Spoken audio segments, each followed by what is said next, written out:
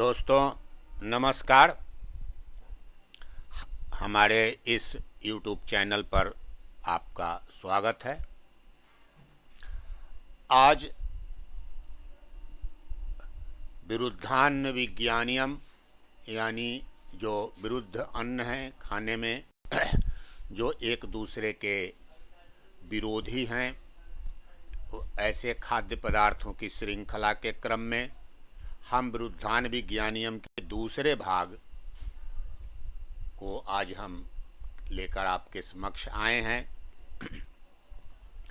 खास करके दूध के साथ आज जो हमारा यह विषय होगा विरुद्धान विज्ञानियम का, वह होगा दूध के साथ वर्ज्य पदार्थ।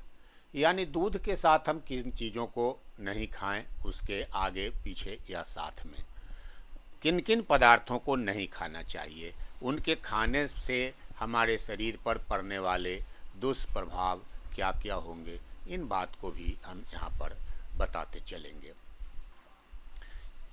एक बात आपको बता दें हम कि यहाँ जिन बातों का हम जिक्र कर रहे हैं और हमारा जो यह चैनल है वास्तविक, इसके जो पहला है कि वास्तविक इस चैनल का हमारा उद्देश्य है कि ऐसे वास्तविक बातों को ही हम यहाँ लें जो पूर्णतः विधि सम्मत हो, विज्ञान सम्मत हो।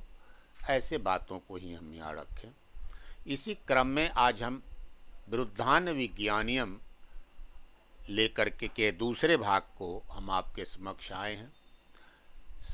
जितने भी खाद्य पदार्थ हैं, उन तमाम खाद्य पदार्थों में दूध एक विशेष प्रकार का खाद्य पदार्थ है। दूध के साथ वर्ज्य पदार्थों के, वर्जित पदार्थों के लिस्ट लंबे चौड़े हैं। यानी दूध यह बड़ा जल्दी दूसरे पदार्थों के साथ करके और यह गड़ या विष का काम करता है। विष तुरंत मारने वाला और गड़ रोग उत्पन्न करने वाला।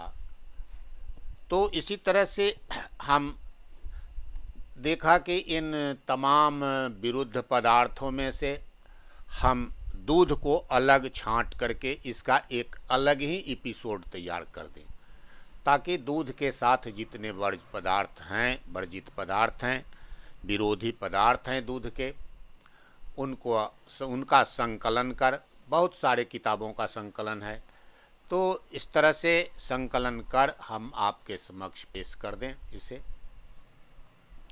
आप जानते हैं कि हमारे आहार का एक मुख्य भाग दूध है।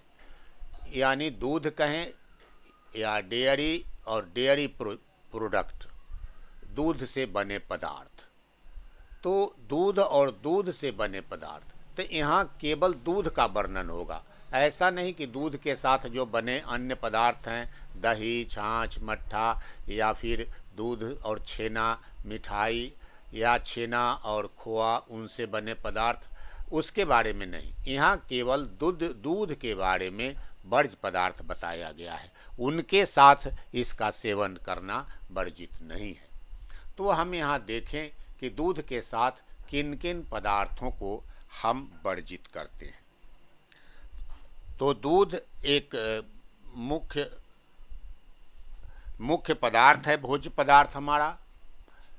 दूध को यह जीवनदायिनी कहा गया है और बच्चा में जितने भी ये स्तनधारी यानी मैमल्स हैं, उन तमाम स्तनधारियों के बच्चे शुरू में केवल दूध पर ही पलते हैं। और मानव को भी यह मेडिकली प्रूव्ड है कि 6 महीने तक कुछ भी आहार न देकर यदि माँ के दूध सफिशिएंट होते हों तो उसे दूध दिया जाए। तो इस प्रकार यह जीवनदायिनी है दूध। तो इसी क्रम में हम देखें कि दूध के साथ किन किन पदार्थों को हम वर्जित करते हैं। यह एक बड़ा मुख्य मुद्दा होगा और दूध हमारा मुख्य भोजन है। खास करके भारतीय मेनू में और अपने इधर पूर्वोत्तर भारत में दूध और दूध से बने पदार्थ भोजन में सम्मिलित करना आवश्यक मानते हैं। यदि दूध और दूध के पदार्थ भोजन में नहीं हो तो वह भोजन भोजन नहीं माना जाता है। तो आइए हम दूध के साथ देखें। केवल दूध बने जितने भी पदार्थ हैं यानी डेयरी प्रोडक्ट जितने हैं उसके साथ नहीं, केवल दूध के साथ वर्ज्य पदार्थों के इन लिस्टों को देखें हम। आइए, तो दूध स्वास्थ्य के लिए परम आवश्यक पदार्थ है। फिर भी यदि इसे विरोधी पदार्थों के साथ सेवन किया जाए तो हानिकर सिद्ध होता है। यह किन किन पदार्थों के साथ दूध इस्तेमाल नहीं करना चाहिए उन बातों को हम देखें। मांस के साथ कहा कि मांस के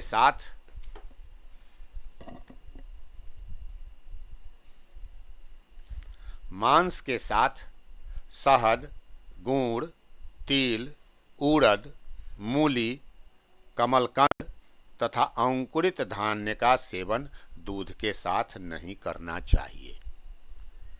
कई पदार्थ हैं इसमें, आप यहाँ पर ध्यान से सुन लें कि मांस के साथ शहद, गुड़, तिल, उड़द, मूली, कमलकंद तथा अंकुरित धान्य का सेवन दूध के साथ नहीं करना चाहिए। मांस में वह मांस चाहे ग्राम्य जीवों का हो या अनूपजीवों का अथवा औदक प्राणियों का, यानी किसी भी तरह का मांस हो वो हम दूध के साथ आगे पीछे या दूध के साथ खाने से वर्जित करते हैं।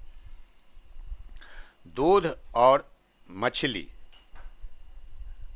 एक साथ सेवन नहीं करना चाहिए क्योंकि दूध और मछली का सम्मिश्रण अत्यंत अभिसंधि हो जाता है।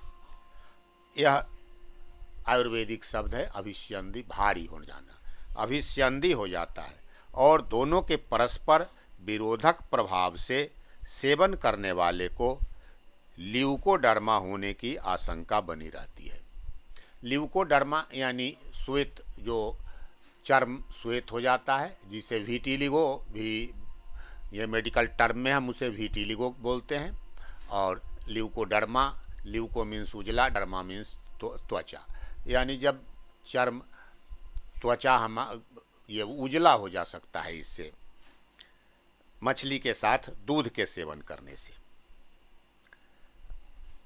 चरक संहिता में महर्षि चरक ने तो यहाँ तक लिखा है कि चिलचिम नामक एक मछली का विशेष उल्लेख किया गया है जिसके शरीर पर अनेक सलकें होती है, नेत्र लाल होते हैं तथा शरीर पर सर्वत्र लाल धारियां होती है। यह विशेष मछली जल के बाहर भूमि पर भी विचरण करने में समर्थ है। इस मछली का दूध के साथ सेवन करने से रक्त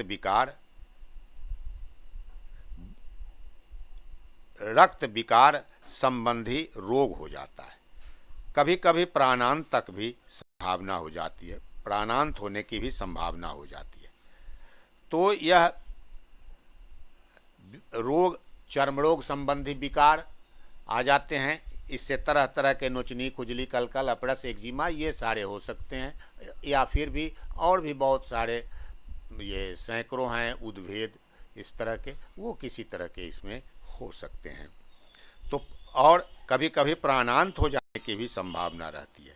मछली के अतिरिक्त दूध के साथ अन्य किन किन पदार्थों का सेवन नहीं करना चाहिए, उनमें कुछ प्रमुख वस्तुएं इस प्रकार हैं।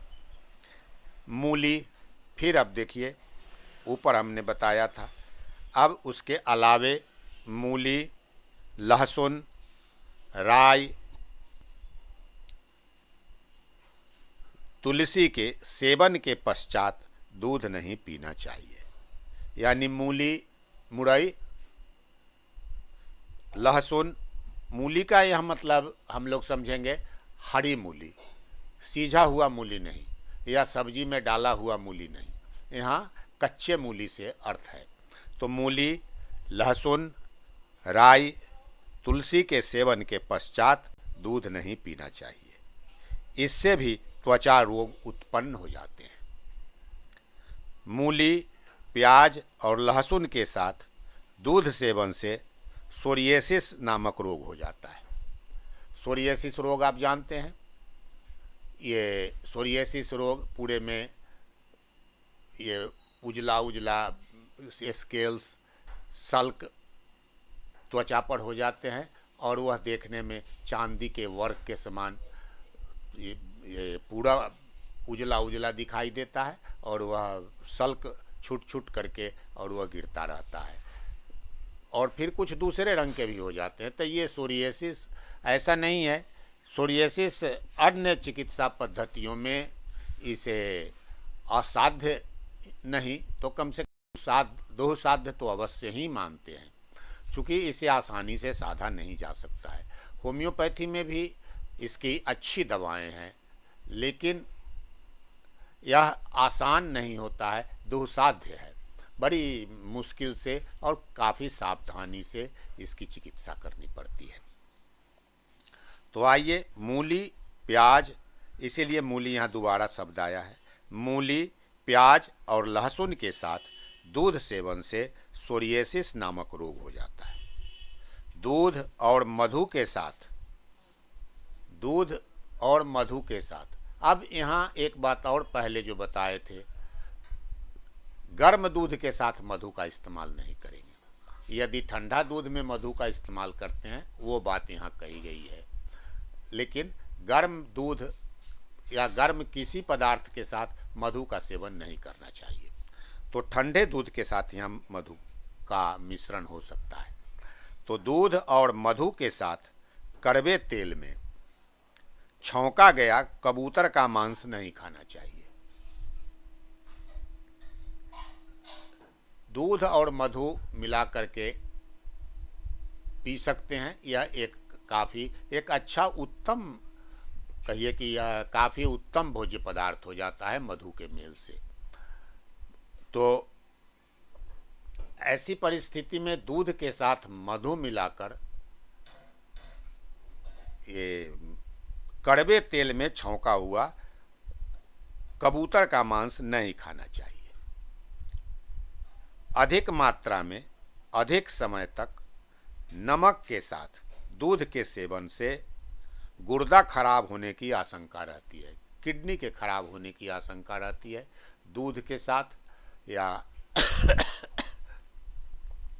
दूध के तुरंत बाद या दूध के साथ नमक का प्रयोग करने से, क्षार का प्रयोग करने से गुर्दा खराब, वृक्क के खराब होने की, किडनी के खराब होने की संभावना रहती है, आशंका रहती है। दूध सेवन के तुरंत बाद अथवा दूध के साथ सभी चीज़ें नहीं खानी चाहिए।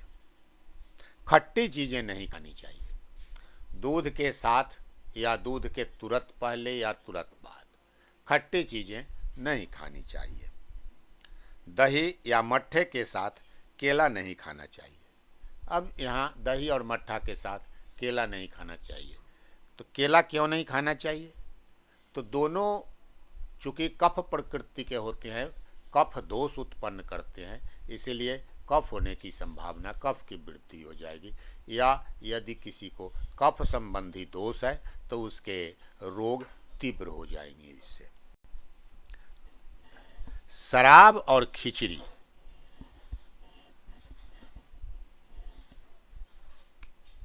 शराब, खिचड़ी और खीर एक साथ नहीं खानी चाहिए। शराब, खिचड़ी और खीर एक साथ नहीं खाना चाहिए। इन तीन में से कोई दो भी एक साथ हम नहीं खाएंगे। इन तीनों का प्रयोग हम अलग अलग करते हैं। साथ ही साथ शराब और खिचड़ी के साथ दूध का प्रयोग भी वर्जित है। हम दूध का भी प्रयोग नहीं करते हैं उसके साथ, शराब और खिचड़ी के साथ। शराब के आगे पीछे या पहले इसके खिचड़ी का प्रयोग हम नहीं करते हैं। तो इस तरह से दूध के साथ जो वर्ज्य पदार्थ थे, जो वर्जित जितने खाद्य पदार्थ हैं, उसका हमने ये लिस्ट अलग एकत्र किया इसमें बहुत सारे आयुर्वेदिक किताब का से लिया गया है यह, और इन्हीं बातों के साथ हमारा यह एपिसोड समाप्त होता है। विरुद्धान विज्ञानियम का दूसरा भाग। आप लाइक, सब्सक्राइब, कमेंट्स करते रहें। इधर कुछ कमेंट्स आने लगे हैं, बात अच्छा लगा है, कमेंट्स करते रहें। हम पुनः आपके समक्ष आते रहेंगे। साथ ही साथ आप लोग भी शेयर करें, इसमें कुछ न कुछ हमें शेयर करते रहें।